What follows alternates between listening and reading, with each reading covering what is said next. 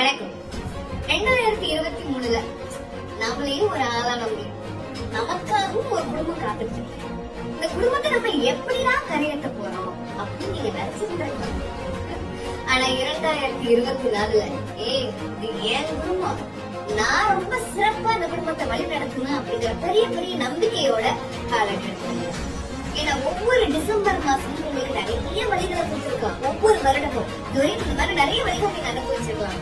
ஆனா ஒவ்வொரு ஜனவரி மாசமும் நமக்கு கொடுக்கறது பல பல பல கோடி கனவுகளை கொடுக்கும். அந்த கனவுகள் எல்லாம் இந்த 2024ல வெறும் கனவாகவே இல்லாமல் அந்த கனவுகள் மேம்படக்கூடிய ஒரு வருடமாக நிச்சயமாக இந்த 2024 நம்ம எல்லாருக்குமே இருக்கும்.